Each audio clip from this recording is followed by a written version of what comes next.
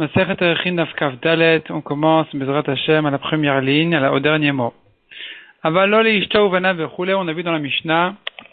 Donc dans la Mishnah, on a vu que s'il est pauvre, celui qui a promis un Erer, et que le Badin vient le prendre de force parce que il ne vient pas payer, ou il est pauvre, le Badin doit évaluer ses biens, doit évaluer ses capacités, ses moyens, combien d'argent il a besoin pour vivre, et on lui laisse l'argent qu'il a besoin, de quoi vivre un mois de nourriture, 12 mois d'habits, et ainsi de suite.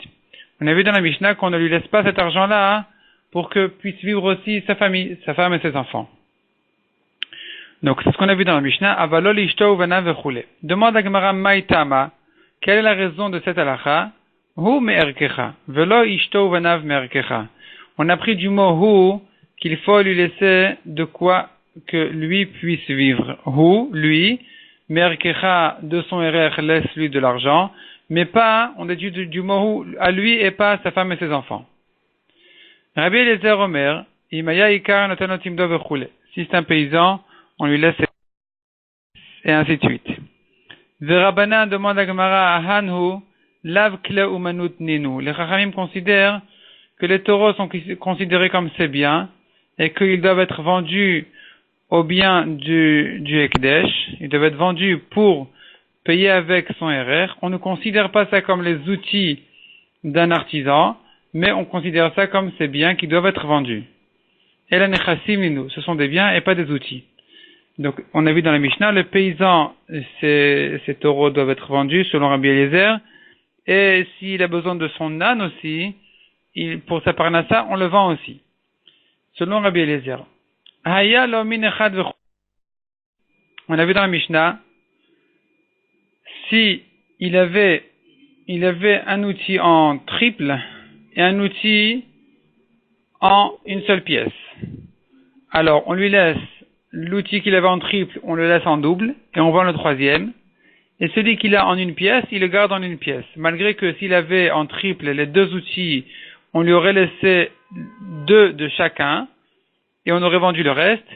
Ici, on ne dit pas, laisse-lui le troisième, de manière à ce qu'il puisse le vendre et s'acheter avec un double pour le deuxième, mais, comme il aujourd'hui avec un seul, il continuera à s'arranger avec un seul. Demande à Gemara Pshita, c'est évident, de même qu'il s'est arrangé jusqu'aujourd'hui avec un seul. Atanami Sagile, maintenant il a qu'à continuer à se débrouiller avec cet outil-là, sans double.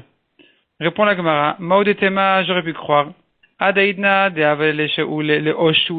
jusqu'aujourd'hui il avait un triple, il pouvait prêter facilement l'outil qu'il avait en triple. Avamouchlele, alors on lui prêtait aussi à lui.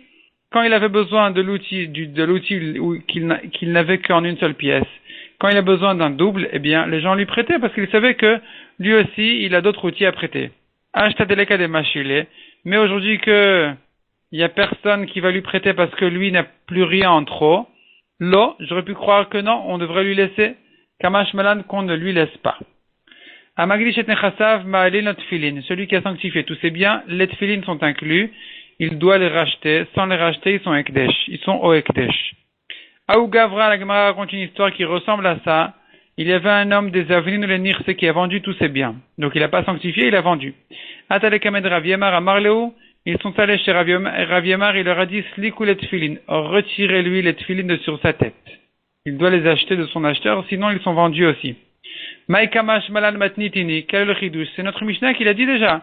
On a vu dans la Mishnah que celui qui a sanctifié ses biens, eh bien les tfilin, ils sont aussi ekdesh, il faut les racheter. Si on ne les rachète pas, ils restent ekdesh. Maudetema répond la Gemara, j'aurais pu croire, Atamu de Savar mitzvah keavina. À propos du ekdesh, c'est différent. Atamu, c'est que là-bas on a dit que c'est ekdesh, c'est inclus dans ses biens, parce qu'il pense que je fais une mitzvah de sanctifier tous mes biens. Et donc, les tfilin sont inclus. Mais à propos d'une vente, mitzvah de goufel lozavin inish, la mitzvah de son corps, un homme n'a pas l'habitude de vendre. Je peux croire qu'il n'a pas l'intention de vendre une mitzvah de son propre corps. Kamash malan que s'il n'a pas précisé, il a dit je vends tous mes biens, les tfilin sont inclus dans la vente. Mishnah suivante. Echad Amagdish Nechasav, aussi bien celui qui a sanctifié ses biens, mais Echad Amari Chasmo, ou celui qui a promis sa valeur, son erer, En Beksut Ishto, le responsable du Ekdesh ne peut pas encaisser cette dette-là, ce don, ni des habits de sa femme, Velo Beksut Banav, ni des habits de ses enfants, Velo Betseva Shetzava Lishman, et ni même des habits qu'ils n'ont jamais encore portés, simplement ils n'ont été que, il les a peints en leur nom, Velo Besandalim Chadashim Shel Kachan Lishman, ou même des nouvelles chaussures qu'ils n'ont jamais encore portées, simplement ils ont été achetés pour eux, pour la femme et les enfants. Le responsable du Ekdesh ne peut pas dire ça t'appartient à toi, tu n'en as pas besoin, je les prends pour rembourser le vœu que tu as fait, le don que tu as fait. On considère que ça appartient déjà, mais on dit pas comme ça, on considère que ça appartient déjà à sa femme et ses enfants, et donc le responsable du Ekdesh ne touche pas ça. C'est une nouvelle halakha qui dit, malgré qu'on a dit ailleurs que les avadim, les esclaves, sont vendus biksutan avec des habits lishvar, c'est-à-dire celui qui paye un beau costume, ou au contraire des bons habits de travail pour un esclave, alors il va paraître mieux, il sera vendu bien plus que le prix du costume ou des habits de travail qu'on lui a fait, que le patron lui a acheté. Donc s'il lui donne, il achète des habits pour 30, maintenant il sera vendu pour 100 de plus, donc il y a 70 de plus. Sheim tilkar loksut beshloshim dinar, si tu l'achètes un habit pour 30 dinars, meshubach mané, il vaut plus un mané, 100 dinars de plus.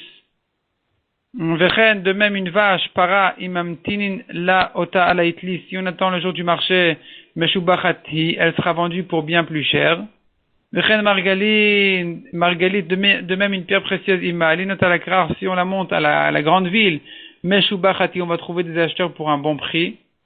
Le Ekdesh ne peut pas évaluer ces choses-là comme un esclave cher, comme une vache chère, comme une pierre précieuse très chère, mais on considère ces choses-là comme leur endroit et leur heure, et donc c'est considéré comme pas cher, et donc la personne en question, il est considéré selon ça, selon le prix de cet endroit-là et de ce moment-là, comme un pauvre qui n'a pas les moyens. Et donc le Bedin devra, le Ekdesh, ne pourra pas lui prendre un erer de riche, mais qu'un erer de pauvre.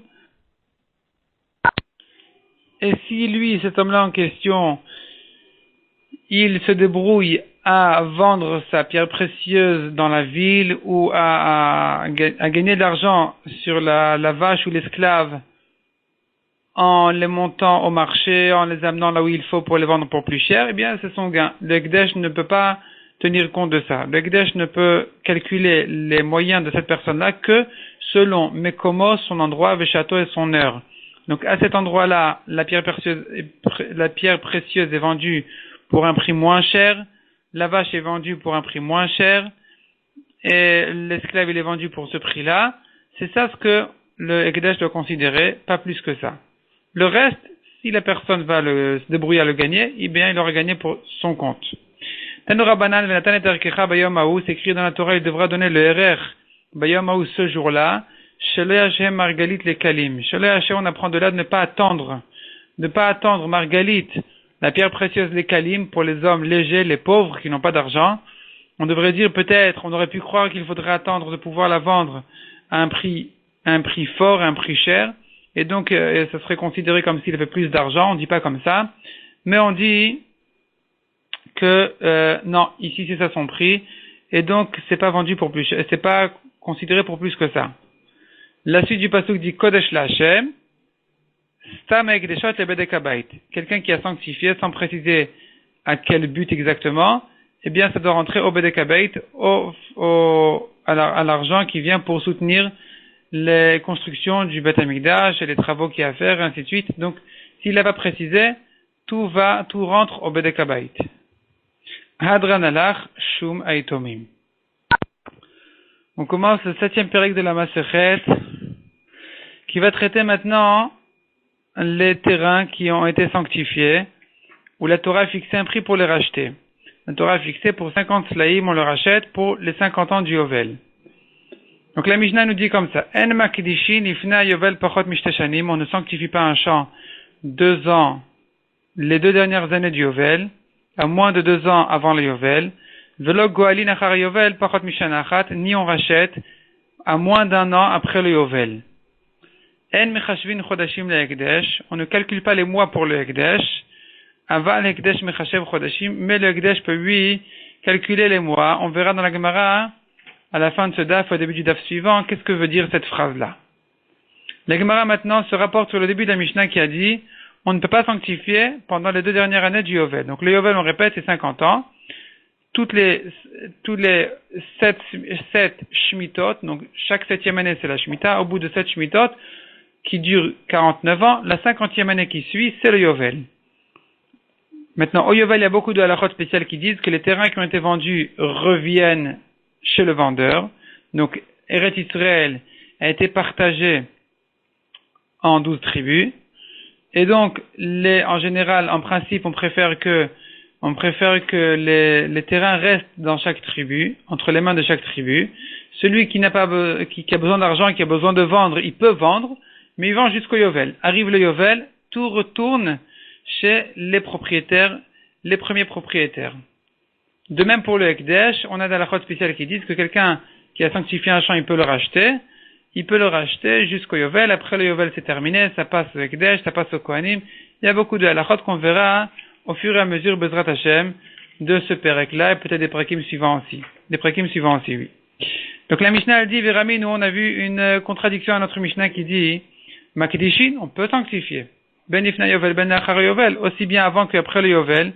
Ou vishnat yovel atzma lo yakdish, et pendant l'année même du yovel, il ne peut pas sanctifier.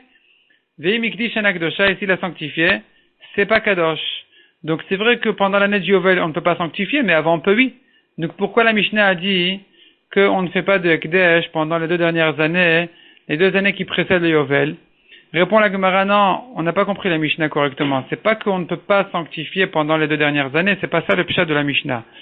Rav Shmuel d'Amre Tarvayu, Rav Shmuel explique les deux notre Mishnah en disant, En makdishin ligael begerua, on ne peut pas sanctifier ligael pour que ce soit racheté begirua en calculant les années qui sont passées, pachot mishtei shanim, à moins de 2 ans du yovel. C'est-à-dire que quelqu'un qui veut racheter un champ qu'il a sanctifié juste après le yovel, il le rachète pour 50 slaim comme la Torah a fixé. La Torah a fixé un prix. 50 slaim jusqu'au yovel. Si maintenant, 25 années avant le yovel, il a sanctifié son champ, il veut le racheter, il le rachète pour, disons, 25. D'accord? C'est pas précis, mais disons 25. Et ainsi de suite. Il compte pour chaque année qui reste jusqu'au yovel, un sela et une petite pièce. Parce qu'en réalité, il n'y a que 49 ans. Depuis après le yovel jusqu'au début du yovel. Depuis la fin du yovel jusqu'au début du yovel, il n'y a que 49 ans. Et donc quand c'est vendu pour 50 laïm, on rachète les 49 ans pour 50 laïm, autrement dit, chaque année, c'est un sela et une petite pièce qui s'appelle pundion. Maintenant, Rav Shmuel dit donc, les 2 dernières années qui précèdent le yovel, il peut sanctifier, il n'y a pas de problème, mais s'il rachète, il ne peut plus racheter pour 2 slaim et 2 petites pièces, il devra le racheter pour tous les 50 slaim. Il n'y a plus la de dire que on calcule les années qui restent. Et donc la Gemara continue, puisque c'est comme ça. Donc je reprends. En makdishin, on ne peut pas sanctifier l'igal begerua, de manière à ce que ce soit racheté en calculant les années qui restent. Maintenant, pachot mishteshanim, à moins de 2 ans avant le yovel. Vekevan en makdishin igal begerua. Et puisque c'est comme ça qu'on ne peut pas sanctifier pour pouvoir racheter en calculant les années qui restent, pachot mishteshanim, aux 2 dernières années d'avant le yovel, yehe adam chas al nechasav, un bon conseil, un homme de faire attention à son argent, ve'al yakdish pachot mishteshanim, et de ne pas sanctifier à ce moment-là. Donc la Mishnah nous donne un conseil, ne crois pas que si tu as sanctifié maintenant, tu vas le racheter pour 2 slaim et 2 pundionim, c'est pas comme ça, ça sera beaucoup plus cher que ça. Et donc, attends, patiente un peu, c'est pas le moment de sanctifier quelque chose que tu ne pourras plus racheter. Itmar, nouvelle halakha qui dit, Amakdish, Itmar, donc on a un enseignement de Amoraïm qui dit, Amakdish Tadeu Bishnat Yovel Atzma, quel est le digne de quelqu'un qui a sanctifié son champ pendant l'année du Yovel même? Rav Amar Ktosha Venoten Chamishim, Selon Rav, c'est Kadosh et il le rachète pour 50 slaim. Ou Shmuel Amar ena Kadosh Kolikar. Selon Shmuel, c'est pas Kadosh du tout. C'est pas Kadosh du tout parce que de toute façon, le Ekdesh, il saute au Yovel. Et donc, puisqu'il saute au Yovel automatiquement, même ce qui était Kadosh avant, donc on ne peut pas non plus rentrer au Ekdesh quelque chose qui aurait dû sortir s'il était rentré avant le Yovel. Matkifla Rav Yosef. Rav Yosef objecte, Bishlama l'Inyan Mechira de Palig Shmuel Aled-Rav. Ça va bien à propos de Mechira. Mechira, les ventes. Je comprends en ce qui concerne les ventes, des Palig Shmuel Aled-Rav, où Shmuel il discute sur Rav et il dit on ne peut pas vendre pendant l'année du Yovel. Là-bas, on peut comprendre Shmuel qui dit que la vente n'est pas valable pendant l'année du Yovel. Pourquoi? On peut dire un kalvachomer. Ou mamechura kvar yotza. Si déjà ce qui a été vendu avant le Yovel sort au Yovel de l'acheteur, Arshav shena mechura, une chose qui n'a pas été vendue avant le Yovel, enodin shelotimacher, n'est-ce pas un kalvachomer que ça ne sera pas vendu au moment du Yovel? Puisque le Yovel, il fait sauter toutes les ventes, donc évidemment qu'on ne peut pas faire une vente pendant le Yovel, elle n'aura pas de valeur. Et là, mais ici, en ce qui concerne le Ekdesh, c'est pas vraiment comme ça. Le Ekdesh ne saute pas au Yovel. Mika le memar kalvachomer, est-ce qu'on peut dire un kalvachomer ve'atnan? Pourtant, la Mishnah nous dit, qu'est-ce qui se passe exactement au Yovel? Igia Yovel velon igala. Quelqu'un qui a sanctifié son champ, il aurait pu le racheter, il ne l'a pas racheté. Entre-temps, le responsable du Ekdesh l'a vendu à quelqu'un d'autre. Autrement dit, quelqu'un d'autre l'a racheté. Maintenant, le Yovel arrive. Ce quelqu'un d'autre en question, il doit sortir de ce champ-là. Donc, il gagne Yovel velonigala. Si le Yovel est arrivé et ça n'a pas été racheté par le propriétaire, Kohanim nichnasin letocha. Les Kohanim doivent rentrer dans ce champ.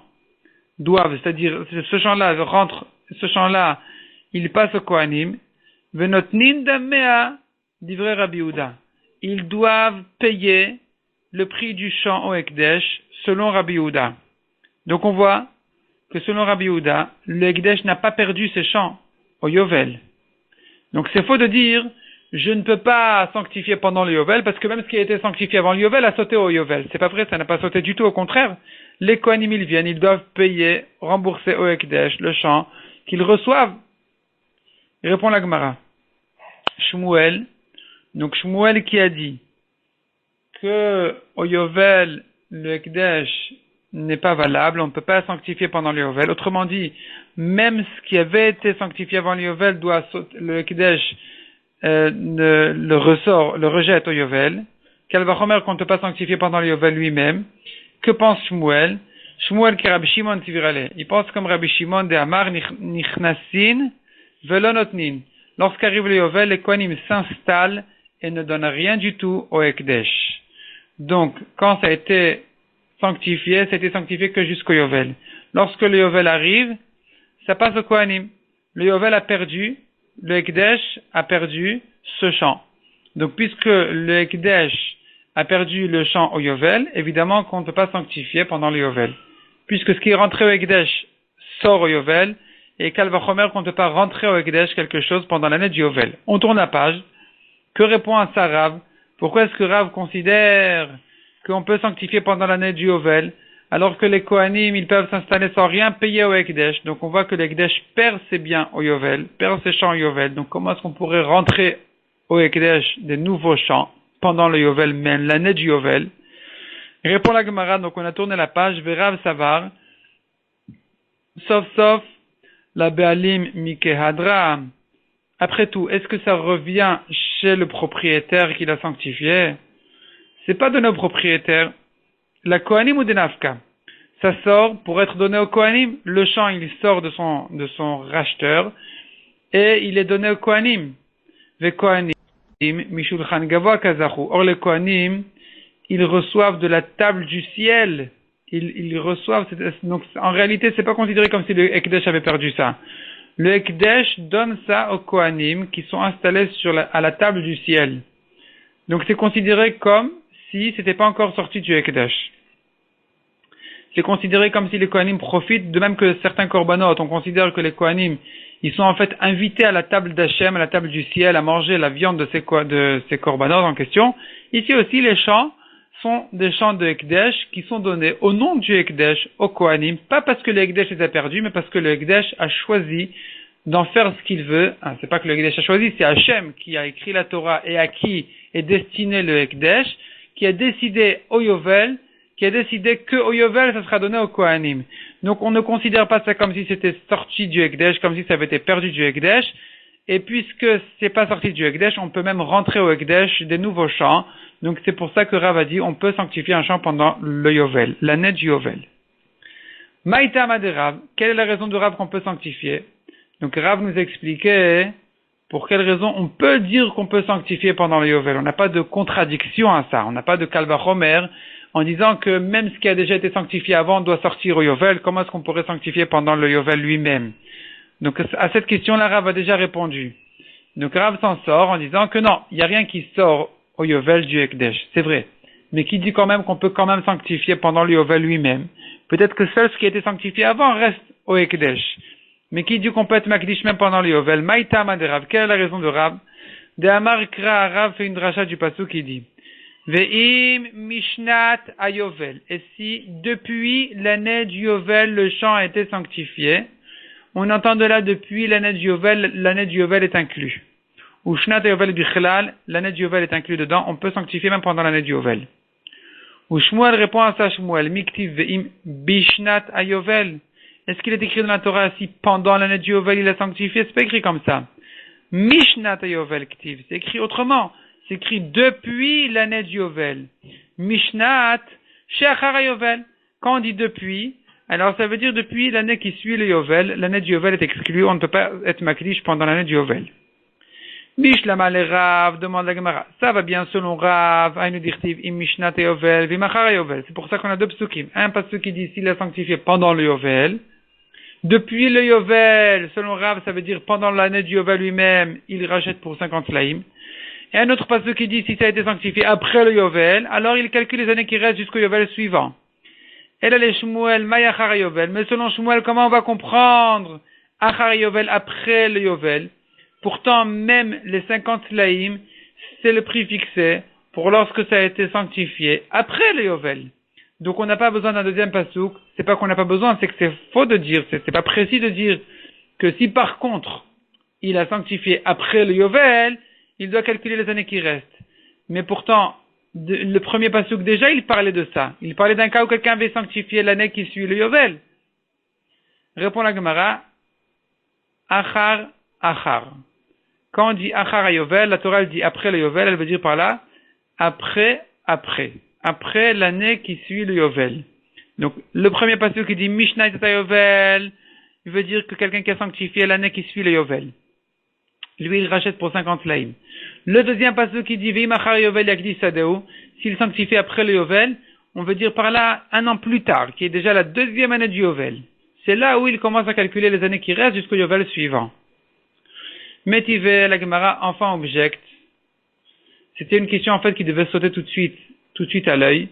Que Rav ou Shmuel, leur machloket, si on peut sanctifier pendant le Yovel, elle est placée dans la Gemara juste après une braïta, qui disait très clairement qu'on ne peut pas sanctifier pendant le Yovel. La braïta disait on peut sanctifier avant, on peut être makdish après le Yovel, mais pendant le Yovel, dit la braïta, on ne peut pas être makdish. Juste après ça, on a commencé une machloket de Rav ou Shmuel. Selon Rav, on ne peut pas être makdish pendant le Yovel. Selon Rav, on peut. Selon Shmuel, on ne peut pas. Donc en fait, cette machloket de Rav ou Shmuel, c'est une braïta claire déjà qu'il a dit. Et la braïta dit clairement, comme Shmuel, qu'on ne peut pas sanctifier pendant le Yovel lui-même. Donc c'est une objection pour Rav. Demande la Gemara Métivé.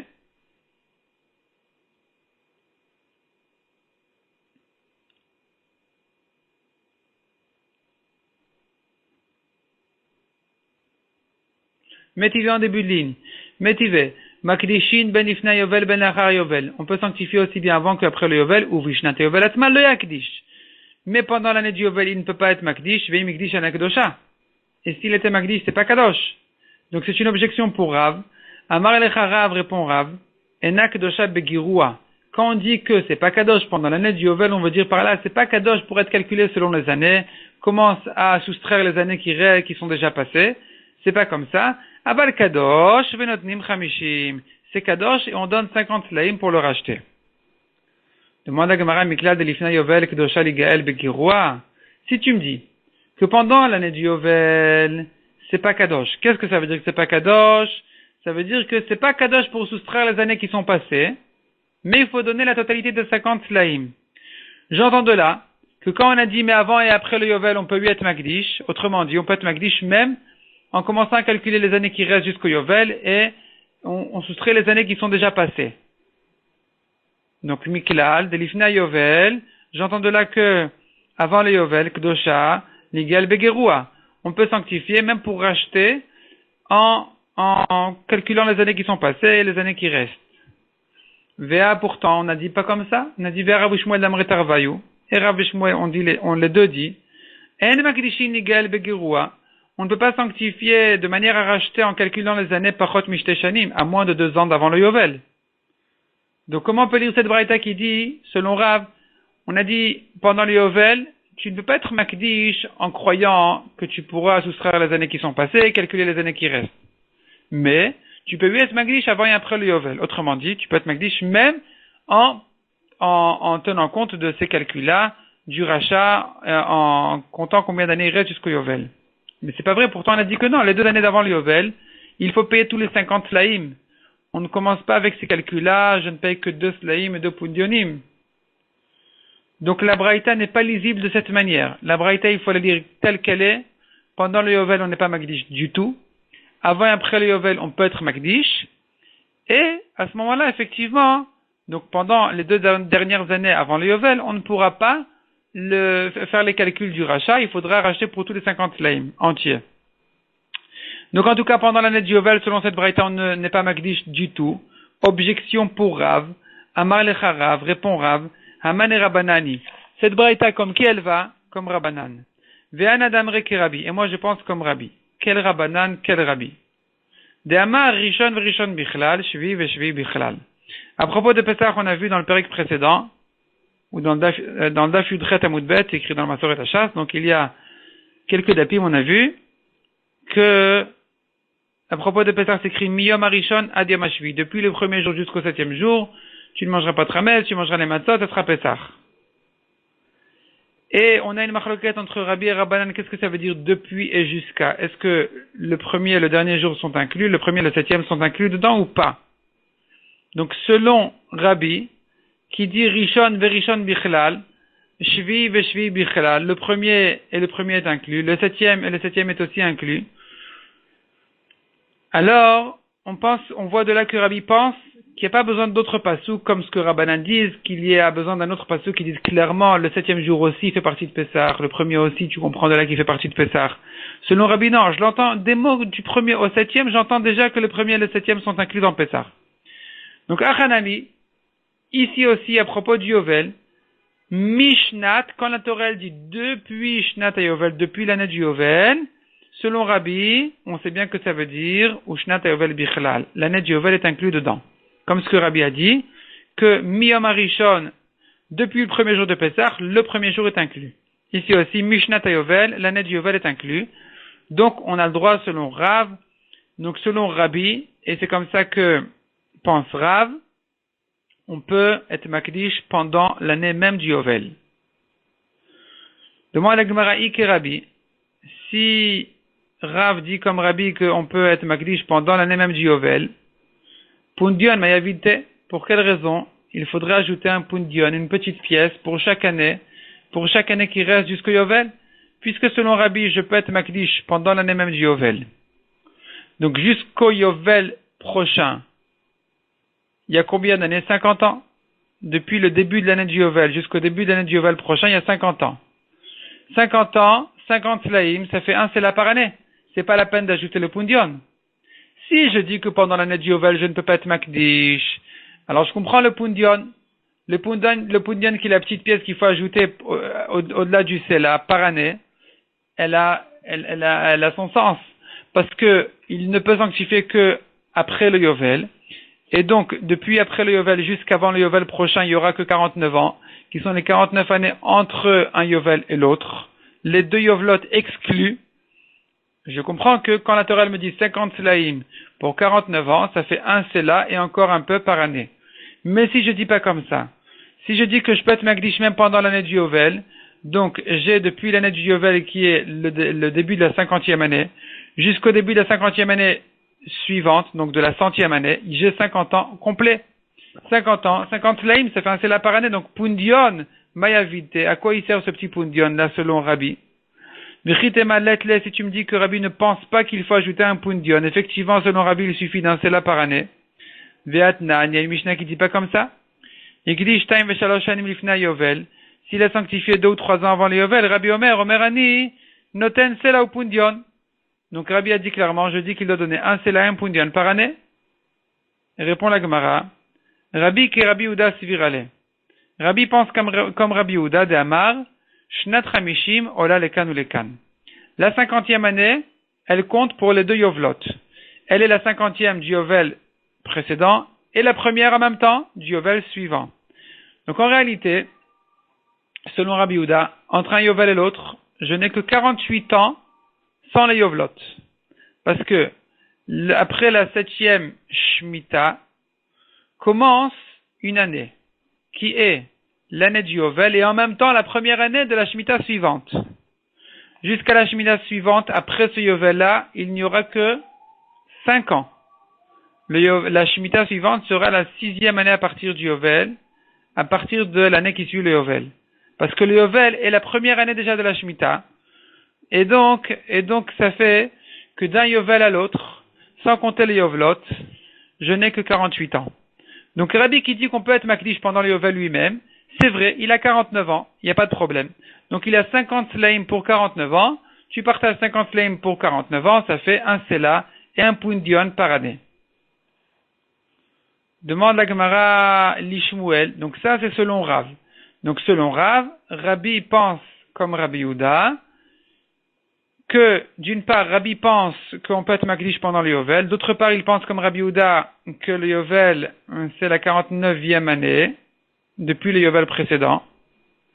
Donc c'est vrai que c'est l'année qui suit la Shemitah, mais on a entre 2 Yovelot que 48 ans comme ce qu'on a dit, donc ça fait un Sela un Pundion. Maintenant la Gemara elle passe à Shmuel, les Shmuel en début de ligne, vers la fin du Hamoud, les Shmuel, Lemar Rabbi Kerabanan Sivirale. Selon Shmuel, il se trouve qu'on devrait dire que Rabbi pense comme Rabbanan, parce que de I Rabbi Yehuda, si Shmuel pense que Rabbi pense comme Rabbi Yehuda, qu'il y a entre un Yovel et l'autre que 48 ans, sans les Yovlot, donc que 49 ans depuis le début jusqu'à le Yovel inclus. Si c'est comme ça, c'est là où Shte Pundionot mi baile. Il devrait dire, si Rabbi pensait comme Rabbi Yehuda, il devrait dire un Sela et 2 Pundionim il faut payer pour chaque année. Pourquoi? C'est très simple. Parce que Shmuel pense qu'on ne peut pas être Makdish pendant l'année du Yovel. Puisqu'on ne peut pas être Makdish pendant l'année du Yovel, alors si vraiment on pense comme Rabbi Yehuda, alors je n'ai que 48 ans d'un Yovel à l'autre. Je n'ai que 48 ans, donc 50 Slaim pour 48 ans, ça fait un Sela et 2 Pundionim. Puisqu'il y a 49 Pundionim dans le Sela, donc j'ai 48 Slaim déjà pour les 48 ans, j'ai encore 2 Slaim à partager eux aussi en 48 ans. Or, dans chaque Sela, j'ai 48 Pundionim. Ça fait encore un Pundion pour chacun des 2 Slaim par année à ajouter. Et donc, je me retrouve à dire, selon Rabbi, qu'il faudrait un Sela et 2 Pundionim. Or, Rabbi dit un Sela et 1 Pundion. Donc, selon Shmuel qui dit que pendant l'année même du Yovel, on ne peut pas être Makdish, je suis obligé de dire qu'il pense comme Rabbanan, que le Yovel, c'est la 50e année. D'un Yovel à l'autre, j'ai 49 ans. Celui qui était Makdish, donc l'année qui suit le Yovel, il a 49 ans jusqu'au Yovel suivant, où là le Ekdesh se termine. Et donc, c'est-à-dire à ce moment-là, c'est partagé au Kohanim. Donc jusqu'au Yovel suivant, j'ai 49 ans. Et donc, je retrouve mon calcul qui disait que j'ai 50 Slaim à partager en 49 ans. Donc 49 Slaim pour les 49 ans, ça fait un Sela par an. Et encore un Sela de 48 Pundionim, ça fait encore un Pundion par année. Effectivement, il y aura un Pundion en trop qui sert à couvrir les dépenses des échanges. La Gemara accepte ce calcul en disant, c'est vrai, Al-Korchach, le Shmuel, Rabbi Kerabanan Sivirale. Effectivement, on est obligé de dire que selon Shmuel qui pense qu'on ne peut pas être Makdish pendant l'année du Yovel, donc il va manquer ici une année, Rabbi ne peut dire que comme Rabbanan, qu'il y a 49 ans de Yovel à Yovel, et pas comme Rabbi Yehuda qui dit 48 ans.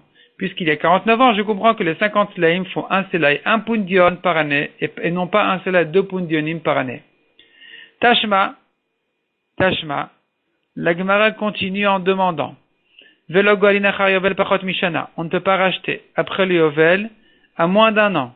Bishlam le Shmuel, lo Goalin l'achar Yovel pachot mishana. Je comprends selon Shmuel qu'on ne peut pas racheter jusqu'à un an du Yovel parce que on peut pas être Magdish pendant l'année du Yovel. Donc il faudra toujours attendre que l'année qui suit le Yovel. Elle a les Rav Mai achar Yovel shana. Que veut dire selon Rav qu'on ne peut pas racheter après le Yovel un an? On ne peut pas, être Makdish dans notre Mishnah. On a vu un an après le Yovel. On a vu dans la Mishnah.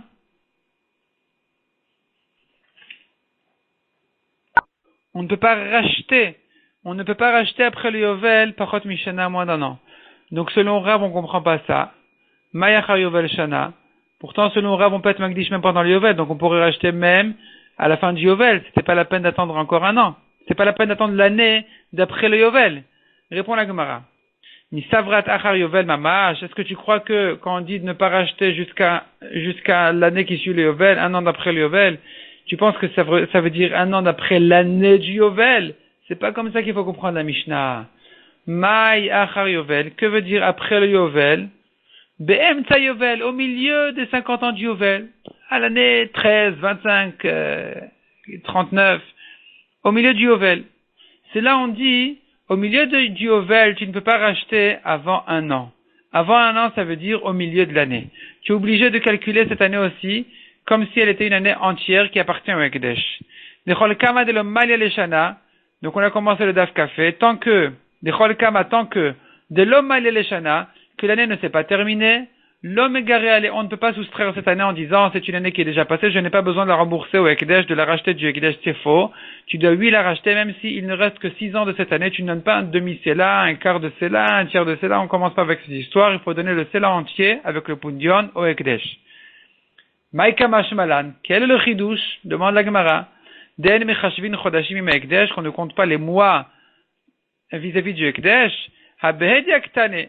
On l'a enseigné clairement dans la Mishnah. En mechashvin chodashim im Ekdesh. On ne calcule pas les mois avec le Ekdesh tant que l'année ne s'est pas terminée. Tu dois payer toute l'année entière. Répond la Gemara. Matam kamar. Notre Mishnah, il faut la lire sous forme de matam. De quelle est la raison? Matam lo goalin lachar yovel. Pachot mishana. Pour quelle raison? On ne rachète pas après le Yovel. Après le Yovel, ça ne veut pas dire juste après le Yovel, jusqu'à un an d'après le Yovel, de l'année du Yovel. Non, on a déjà expliqué que après le Yovel, ça veut dire quand on s'éloigne du Yovel, on ne peut pas racheter Pachot Mishana moins d'une demi-année. Il faudra racheter des années entières. Quelle est la raison? Mishum de'el mechashvin chodashim im ha'ekdesh. C'est sur ça que la Mishnah, elle continue en s'expliquant, pas en ajoutant une autre halakha, mais en s'expliquant, la raison, c'est parce que justement, on ne compte pas on ne compte pas des mois pour le Ekdesh, et donc c'est pour ça que si l'année ne s'est pas terminée, il faut la payer entièrement, un Sela et un Pundion.